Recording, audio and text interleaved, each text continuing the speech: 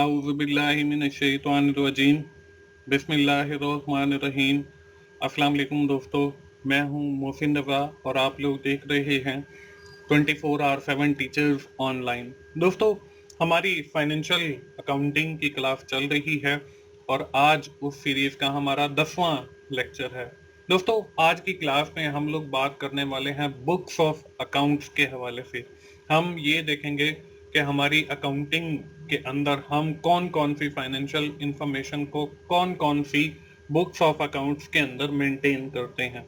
उसके साथ ही हम ये भी देखेंगे कि हम जो एंट्रीज करते हैं उनकी कितनी अकसाम होती हैं। तो चलिए दोस्तों, हम आज की क्लास शुरू करते हैं। और आज की क्लास शुरू करने से पहले हम जैसे अपने हर लेक्चर के शुरू के अंदर अपनी प्रीवियस लेक्चर की एक्सरसाइज को देखते हैं, उसका सोल्यूशन को देखते हैं। तो हम आज की क्लास 10 के अंदर अपनी जो हमने एक्सरसाइज क्लास 9 के अंदर मैंने आप लोगों को एट द एंड दी थी, उसके सोल्यूशन की तरफ बढ़ते हैं। दोस्तों, ये वही एक्सरसाइज है हमारी लेक्चर नंबर 9 की। इसमें पहली ट्रांजैक्शन है द कंपनी इज पे cash RS 10,000 for electricity bill. अब ये जो हमारी ट्रांजैक्शन है, हमने ये बताना है कि इस ट्रांजैक्शन के लिए हम कौन सा वाउचर यूज करते हैं, क्योंकि पिछली क्लास 9 के अंदर हम लोगों ने यही पढ़ा था कि कौन कौन से टाइप्स होती हैं वाउचर की जो हम अपनी अकाउंटिंग के अंदर यूज करते हैं। तो यहाँ पे कंपनी जो है वो कैश पे कर रही है अगेंस्ट इलेक्ट्रिसिटी बिल, तो इसके लिए हम जो है वो कैश पेमेंट वाउचर यूज करेंगे। इसके बाद जो दूसरी ट्रांजैक्शन है, the company makes provision to cover bad debts. अब ये जो है, इसके अंदर कंपनी जो है वो अपने बैड डेट्स को कवर करने के लिए प्रोविजन क्रिएट कर रही है। अब इसके लिए ना तो हम कैश वाउचर यूज कर सकते हैं, ना ही हम कोई बैंक वाउचर यूज कर सकते हैं, बल्कि इसके लिए हम लोग जर्नल वाउचर यूज करते हैं। इसके बाद है the company receive RS 10,000 from debtors against credit sale. अब यहाँ पे कंपनी जो है वो 10,000 जो है वो वसूल कर रही है अपने क्रेडिटर डेटर्स से, जो उन्होंने क्रेडिट की सेल की थी। तो हम इसके अंदर कैश वसूल कर रहे हैं, तो इसके लिए हम कैश रिसीट्स वाउचर यूज करेंगे। इसके बाद है the company charge annual depreciation on vehicle plant and machinery. Company जो है व्हीकल के ऊपर जो है वो डेप्रिसिएशन चार्ज कर रही है, आपके प्लांट के ऊपर डेप्रिसिएशन चार्ज कर रही है, आपकी मशीनरी के ऊपर डेप्रिसिएशन चार्ज कर रही है। This is not a cash transaction, neither a credit transaction. तो इसके लिए भी हम लोग जो है वो जर्नल वाउचर यूज करेंगे। इसके बाद है the company will give write off free shopping to a specific customer. Company जो है वो हमें कोई फ्री गिफ्ट देती है या फ्री शॉपिंग के लिए हमें कुछ रिवार्ड देती है, तो इसके लिए भी हम जो है वो एक स्पेसिफिक टाइप पढ़ी थी वाउचर की, जिसको हम गिफ्ट वाउचर कहते हैं। तो इसमें हम गिफ्ट वाउचर यूज करेंगे। इसके बाद है the company declare annual dividend for investor. Company जो है वो डिक्लेयर कर रही है एनुअल डिविडेंड। अब इसमें ना तो वो पे कर रही है और ना ही रिसीव कर रही है, बल्कि they are only declaring the dividend of the year. वो सिर्फ डिविडेंड डिक्लेयर कर रही है, तो इसके लिए भी हम जर्नल वाउचर यूज करेंगे। इसके बाद है the company pays salaries RS 50,000 through cheque. अब देखें, कंपनी जो है वो पैसे तो पे कर रही है, लेकिन वो थ्रू बैंक कर रही है, मींस के वो चेक दे रही है। तो इसके अंदर हम लोग यूज करेंगे बैंक पेमेंट वाउचर, क्योंकि अदायगी की जा रही है। इसके बाद है the company sells part of land receive RS 90,000। Company ने जो है वो कुछ जमीन का एक टुकड़ा फरोख्त किया है और उसके अगेंस्ट जो है वो 90,000 उनके पास आए हैं। तो इस ट्रांजैक्शन में हम लोग कैश रिसीट्स वाउचर यूज करेंगे। इसके बाद है the company pays RS 15,000 to the creditor against purchase good. Company जो है वो पे कर रही है, उन्होंने जो क्रेडिट की परचेज की थी उसके अगेंस्ट 15,000 पे कर रही है, तो इसमें हम कैश पेमेंट वाउचर यूज करेंगे। इसके बाद है the company sell goods but customer give cheque RS 25,000 against sale. Company ने जो है वो कुछ चीजें सेल आउट की हैं, अब कस्टमर ने जो है वो 25,000 का उन्हें चेक दे दिया है, तो इसमें हम लोग बैंक रिसिट्स वाउचर यूज करेंगे। तो दोस्तों, ये थी हमारी पिछली क्लास की एक्सरसाइज। उम्मीद है आप लोगों को वाउचर की भी समझ आ गई होगी और जो डिफरेंट टाइप्स के हम वाउचर यूज करते हैं उसके बारे में भी आपको कंप्लीट समझ आ गई होगी। दोस्तों हम बढ़ते हैं अपनी आज की क्लास की तरफ, क्लास 10 की तरफ। और सबसे पहले ये देखते हैं कि आज की क्लास में हम लोग पढ़ने क्या वाले हैं। दोस्तों आज की क्लास में हम लोग पढ़ने वाले हैं बुक्स ऑफ अकाउंट्स के बारे में। हमारे पास दो किस्म की बुक्स मेंटेन की जाती हैं।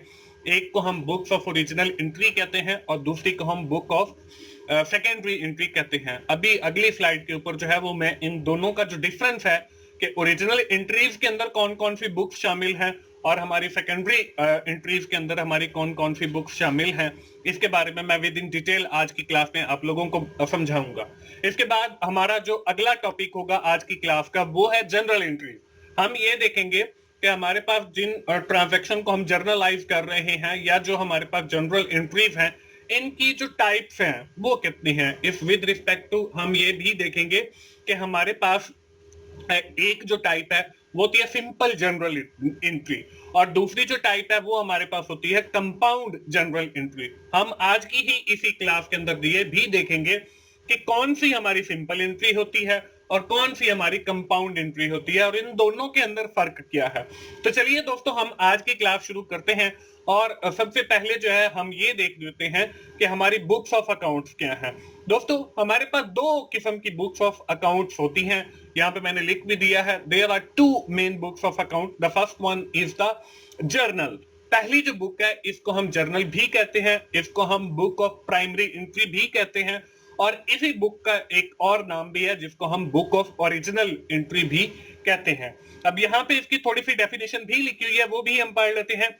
Journal is the first book, ये हमारी पहली किताब है in accounting cycle. Accounting cycle के अंदर which is use to preliminary to record all financial information of the entity. और ये जो बुक है ये यूज की जाती है किसी भी एंटिटी की, किसी भी बिजनेस की सारी जो फाइनेंशियल इंफॉर्मेशन होती है उसको रिकॉर्ड करने के लिए।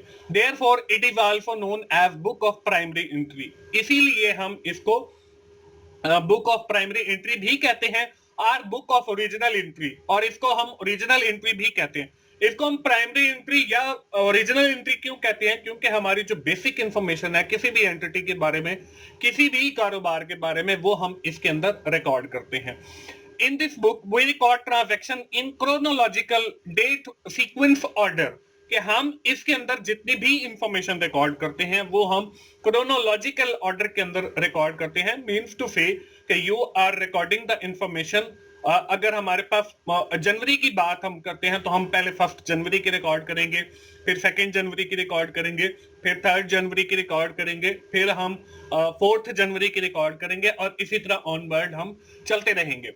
इसमें ये नहीं है कि हम पहले 1 जनवरी की रिकॉर्ड करें, फिर हम 15 जनवरी की कर दें, फिर हम 20 जनवरी की कर दें, फिर हम 5 जनवरी की कर दें, फिर हम 25 जनवरी की कर दें, फिर हम 3 जनवरी की कर दें। ऐसे नहीं करना। हमने क्रोनोलॉजिकल ऑर्डर डेट सीक्वेंस के अंदर कि जिस हिसाब से डेट्स आती हैं हम उसी हिसाब से अपनी सारी फाइनेंशियल इंफॉर्मेशन को रिकॉर्ड करते हैं। इसके बाद है the person responsible for maintaining the journal is known as book keeper. और जो भी बंदा इस जर्नल को मेंटेन करता है इसको हम बुक कीपर कहते हैं। इसके बाद हमारी जो सेकंड बुक ऑफ अकाउंट है इसको हम लेजर कहते हैं। अब ये लेजर क्या है? इसी का दूसरा नाम जो है वो बुक ऑफ सेकेंडरी एंट्री है। अब इसमें हम क्या करते हैं? After recording the financial information into the journal, कि हमने जो ऊपर प्राइमरी बुक के अंदर रिकॉर्ड किया है, we make separate account of each head. हम हर हेड का सेपरेट अकाउंट बनाते हैं। हम लोग ऑलरेडी 5 मेन हेड्स जो हैं हमारे एसेट्स का, लायबिलिटीज का, इनकम का, एक्सपेंडिचर का, ये हम ऑलरेडी पढ़ चुके हैं। अगर हम हर हेड को सेपरेट कर दें और उससे रिलेटेड जो ट्रांजैक्शन है उस हेड से रिलेटेड वो उस बुक्स ऑफ अकाउंट के अंदर लिख देते हैं, this is known as ledger. इसको हम लेजर भी कहते हैं और बुक ऑफ सेकेंडरी एंट्री, और इसी को हम जो है वो बुक ऑफ सेकेंडरी एंट्री भी कहते हैं। तो दोस्तों ये दो किस्म की बुक है, एक जनरल एक ledger. Book of primary entry, book of secondary entry, ये दो बुक्स ऑफ अकाउंट जो है वो हम मेंटेन करते हैं।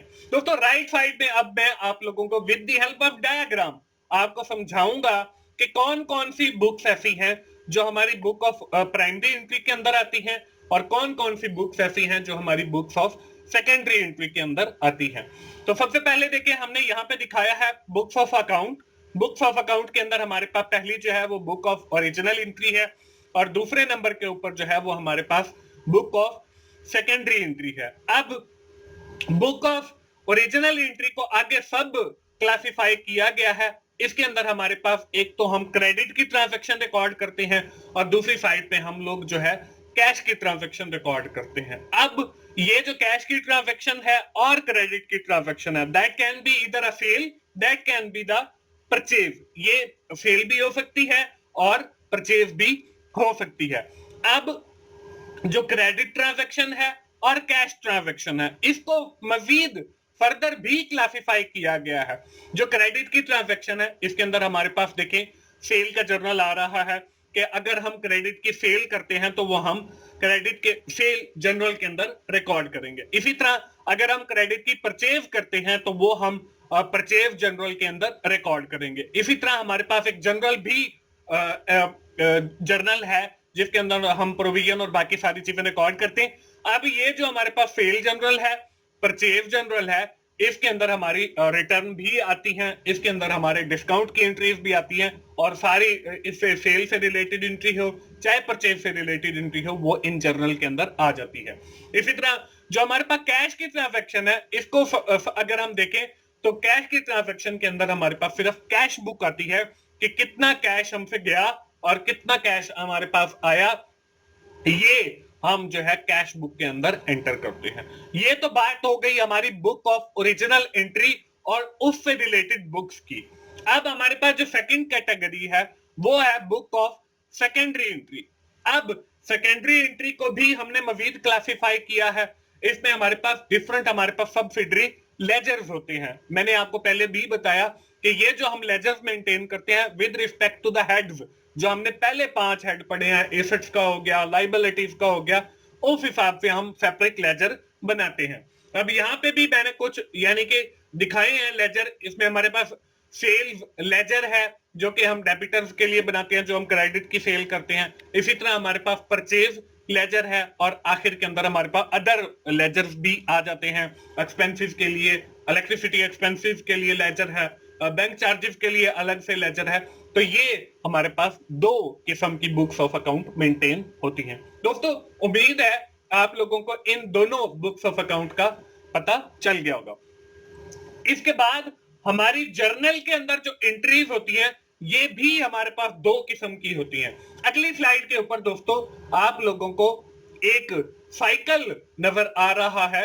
ये वही साइकिल है जो आपको 2-3 क्लासेस पहले मैंने आपको दिखाया था और मैंने आप लोगों को बताया था कि हम इसी साइकिल के अंदर ही हमारी जो पूरी अकाउंटिंग की बुक है वो इसी साइकिल की तरह घूमेगी। हमने सबसे पहले इवेंट्स को देखा, फिर हमने वाउचर को देखा और पिछले लेक्चर तक हमने वाउचर की टाइप्स को देखा और उसको कंप्लीट किया। अब अगली स्लाइड के ऊपर जो है हमने जनरल की बात की। आज की क्लास में मैंने आपको डिफरेंट जर्नल्स के बारे में बताया और अगले जो हमारे 3-4-5 लेक्चर आने वाले हैं वो जनरल से रिलेटेड है। उसके बाद फिर हम आगे इसी तरह ऑनवर्ड चलते चले जाएंगे। अब जर्नल के अंदर हमारी कुछ इंफॉर्मेशन रिकॉर्ड होती है, उनको हम एंट्रीज कहते हैं। हमारे पास अकाउंटिंग के अंदर इसको हम जनरल अकाउंटिंग एंट्रीज कहते हैं। हमारे पास जनरल अकाउंटिंग जो एंट्रीज है इनकी 2 अकसाम है। एक को हम जो है सिंपल जनरल एंट्री कहेंगे और दूसरी को हम जो है कंपाउंड जनरल एंट्री कहेंगे। इन दोनों के अंदर फर्क क्या है वो भी मैं आप लोगों को बता देता हूं। जो सिंपल जनरल एंट्री है इसकी डेफिनेशन आपको स्क्रीन के ऊपर नजर आ रही है। A simple general entry have just 2 rows, 1 debit and 1 credit. It means कि हमारी जो भी सिंपल जनरल एंट्री होगी ये हमारे 2 अकाउंट को इफेक्ट करेगी, एक डेबिट और एक क्रेडिट। नीचे एग्जांपल भी दी गई है। Let's take an example. We have purchased a piece of land हम एक जमीन का टुकड़ा खरीद करते हैं RF 1 लाख का and paid cash on spot, और उसी वक्त जो है हम उसके पैसों की अदायगी कर रहे हैं. In this transaction, only two accounts are affected. The first one is the land account and the second one is the cash account. तो ऐसी ट्रांजैक्शन या ऐसी एंट्री जो दो अकाउंट को इफेक्ट करे वो हमारी सिंपल जनरल एंट्री है. इसके बाद आती है बारी कंपाउंड एंट्री की. कंपाउंड जनरल एंट्री क्या है? Compound general entry is an accounting entry which affect 3 or more accounts है. जो दो से वाइड यानी 3 या 3 से वाइड अकाउंट को इफेक्ट करती है वो हमारी कंपाउंड एंट्री है. अब इसकी भी नीचे एग्जांपल नजर आ रही है. ये सेम वही एग्जांपल है जो मैंने सिंपल जनरल एंट्री के अंदर दिखाई विद सम मॉडिफिकेशन. थोड़ी सी इसके अंदर मॉडिफिकेशन किया है वो हम देख लेते हैं. वही है परचेज पीस ऑफ लैंड. हमने वही 1 लाख की जमीन परचेज की है लेकिन पार्शली ऑन कैश RF 50,000. अब हमने सारा जो 1 लाख का कैश है वो उसको नहीं दिया बल्कि 50,000 दिया. तो इसके अंदर हमारे 3 अकाउंट इफेक्ट हो रहे हैं. एक लैंड का, एक जो हमने 50,000 कैश पे किया है वो, एक हमारा क्रेडिटर्स का जो हमने अभी 50,000 रिमेनिंग पे करना है. तो ये अब हमारी ऐसी एंट्री है जिसको हम कंपाउंड जनरल एंट्री कहते हैं. तो दोस्तों ये फर्क है हमारी सिंपल जनरल एंट्री का और कंपाउंड जनरल एंट्री का. तो दोस्तों ये थी हमारी आज की क्लास. आज की क्लास हम लोग जो है यहीं पे खत्म करते हैं और आज की क्लास की हमारी जो एक्सरसाइज है वो आप लोगों को स्क्रीन के ऊपर नजर आ रही है.